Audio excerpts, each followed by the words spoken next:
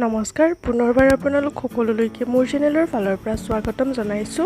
আজি মই বনাব লৈছো ইভিনিং চাহৰ লগত খাব পৰা এটা ইজি ৰেচিপি। আহকচোন চাওঁ।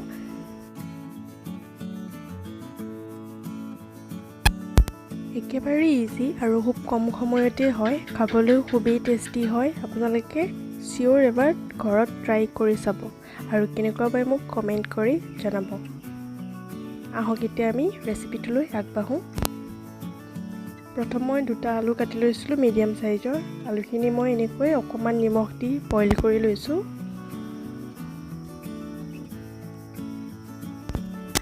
আলুখিনি বইল হয় মানে বাকীখিনি বস্তু যোগাৰ কৰি লওঁ। আহক এয়া এটা মই বাউল লৈছোঁ, তাতে বেচন লৈছোঁ। জোখ অনুপাতে ল'ব আপোনালোকে যিমানখিনি দৰকাৰ হয়।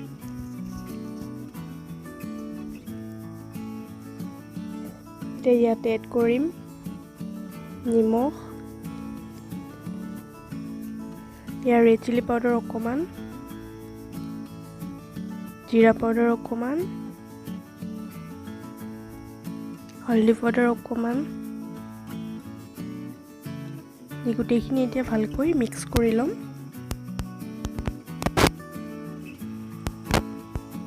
এতিয়া ইয়াতে পানী এড কৰিম। পানী দিওঁতে কম কমকৈ দিব, একেবাৰে সৰহকৈ দিব নালাগে। সৰহকৈ দিলে পিছত প্ৰব্লেমো হ'ব পাৰে। সেয়ে কমাই কমাই এনেকৈ মিলাই মিলাই ল'ব। এটা সঠিক পৰিমাণত মিলাই ল'লেই হ'ল, কম কমকৈ দি। এয়া হৈ গৈছে। এতিয়া এইখিনি মই 5 মিনিটমানৰ কাৰণে ৰাখি দিম। ৰাখি দিয়াৰ পিছত কি হয়, ফুলি যায় বস্তুটো। সেইকাৰণে যেতিয়া বনাবৰ টাইম হ'ব আৰু অকণমান পানী এড কৰি ল'ব। এইখিনি হ'ল মানে আলুখিনি সিজি গ'ল। এয়া আলুখিনি মই এতিয়া বাকলি গুচাই ল'ম। বাকলি গুচাই ধুনীয়াকৈ মই মিলাই পিটিকি ল'ম।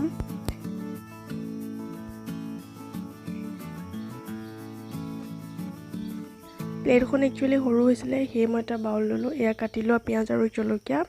ইচ্ছা কৰিলে যদি আপোনালোকৰ লগত কিবা ভেজিটেবল থাকে দিব পাৰে, মই নাই দিয়া। আৰু প্ৰয়োজন মতে অকণমান নিমখ এড কৰিলোঁ। সেইখিনি হৈ গৈছে। এতিয়া প্ৰয়োজন হ'ব কেইখনমান ব্ৰেড, আৰু ব্ৰেডটোৰ চাৰিওফালে যিখিনি বাকলি থাকে ছাইডত সেইখিনি এৰুৱাই লৈছোঁ। আৰু এইখিনি মই পেলাই নিদিওঁ বাৰু, বেলেগ কিবা কামত ইউজ কৰিম, কট কৰিম, পিছত দেখাম। সেই কাটি ল'লোঁ। এতিয়া আৰু এটা বস্তুৰ প্ৰয়োজন হ'ব, এইটো হৈছে টমেটো চচ।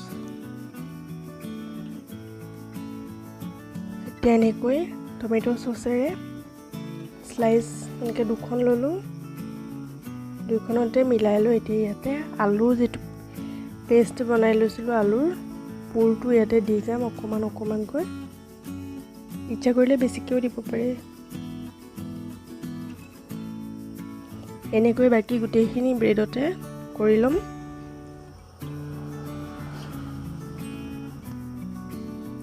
একেবাৰে কাটিও দেখাই দিছোঁ মই। এনেকৈ ট্ৰায়েংগলকৈ কাটিব পাৰে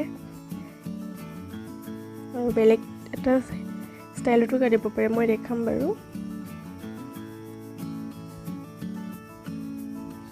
এনেকৈ গোটেইখিনি ব্ৰেডতে লগাই ল'লোঁ। এয়া এটা মই এইটো ষ্টাইলত কাটিলোঁ। এইটো কৰিলে ইজি হয়।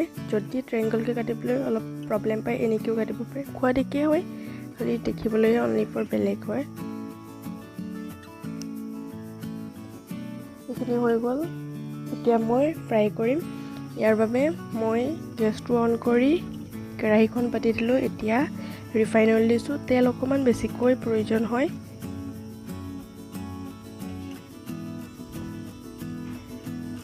তেল গৰম হোৱাত ইয়াতে মই যিখিনি বেচনৰ পেষ্ট বনাই লৈছিলোঁ, তাতে যিটো পিচ আছিলে ব্ৰেডৰ পিচটো তাতে ডিপ কৰিম। ডিপ কৰি ইয়াতে ফ্ৰাই কৰিম। আৰু খুব সাৱধানে কৰিব, যিহেতু ব্ৰেডটো একেবাৰে ছফ্ট হয় আৰু ইয়াত দিয়াৰ লগে লগে ভাঙি যাব পাৰে। সেয়ে খুব সাৱধানে কৰিব, তেতিয়া নাভাঙে। আৰু এনেকৈ ব্ৰেড দি ল'লোঁ। ব্ৰেডখিনি দিয়াৰ পিছত লগতে লৰাই নিদিব, যিহেতু বেচনটো ষ্টিকি হয়, তো তলত লাগি যায়। যেতিয়ালৈকে নিজে এৰাই নাযায় জোৰ নকৰিব। এয়া লাহেকৈ এৰাই গৈছে চাওক। এতিয়া ধুনীয়াকৈ এনেকৈ ইলুটি খিলুটি কৰি লৰাম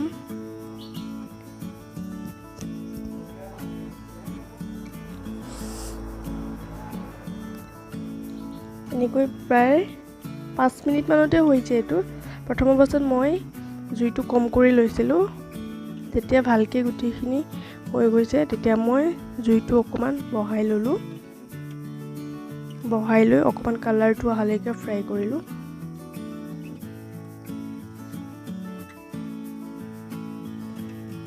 এয়া মই বঢ়াই ললোঁ গেছটো দেখিছে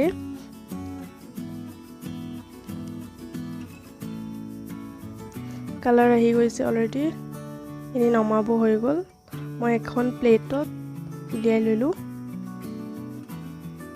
চাওক কি ধুনীয়া কালাৰ মই ইয়াত অকণো এডিট কৰা নাই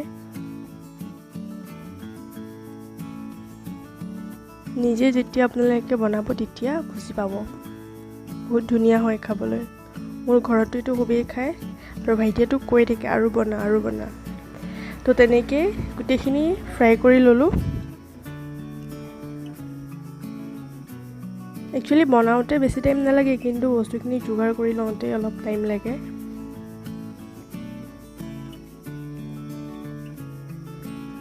এনেকৈ গোটেইখিনি মই ফ্ৰাই কৰি ললোঁ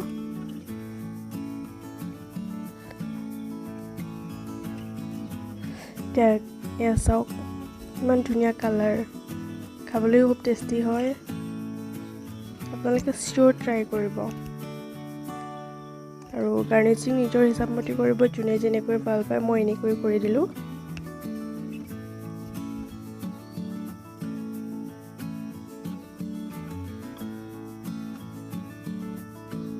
শেষত আপোনালোকৰ এটা ৰিকুৱেষ্ট ভিডিঅ'টো চাই লাইক কমেণ্ট কৰি জনাব কেনেকুৱা পালে আৰু আপোনালোকৰ বন্ধুবৰ্গ পৰিয়ালবৰ্গৰ সকলোলৈকে শ্বেয়াৰ কৰি দিব লগতে চেনেলটো সাবস্ক্ৰাইব কৰিব আৰু কাষতে থকা বেল আইকনটো প্ৰেছ কৰি দিব আহিবলগীয়া নতুন ভিডিঅ'সমূহ চাবলৈ পুনৰবাৰ আহি আছো নতুন এটা ভিডিঅ'লৈ আজিলৈ ধন্যবাদ